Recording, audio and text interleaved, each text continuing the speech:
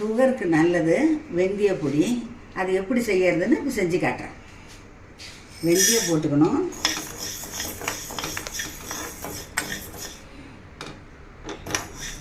நல்லா ஓரளவுக்கு நல்லா சூடாக்கிக்கணும். வெந்தயத்தை தீ மிதமான சூட்டில் வைக்கணும். சொல்லுங்கள். இப்போ வெந்தயத்தை வறுத்து திட்டமாக ரெடி பண்ணிட்டேன். அதுக்கப்புறம் சின்ன சீரகம் ஒரு 20 கிராம் போடணும். 50 கிராமுக்கு சீரகம் போட்டது. கொஞ்சோண்டு சோம்பு போட்டுக்கணும், ஒரு 10 கிராம். வர கொத்தமல்லி இருந்தாலும் போட்டுக்கலாம்.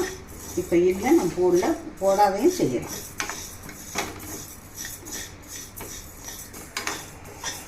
இப்போ சொல்லிட்டேன். பண்ணி எடுத்துகிட்டு வந்து காலம்புரை தூங்கி எழுந்ததும் ஒரு 1/2 ஸ்பூன் போட்டு தண்ணி குடிக்கணும். அல்சர்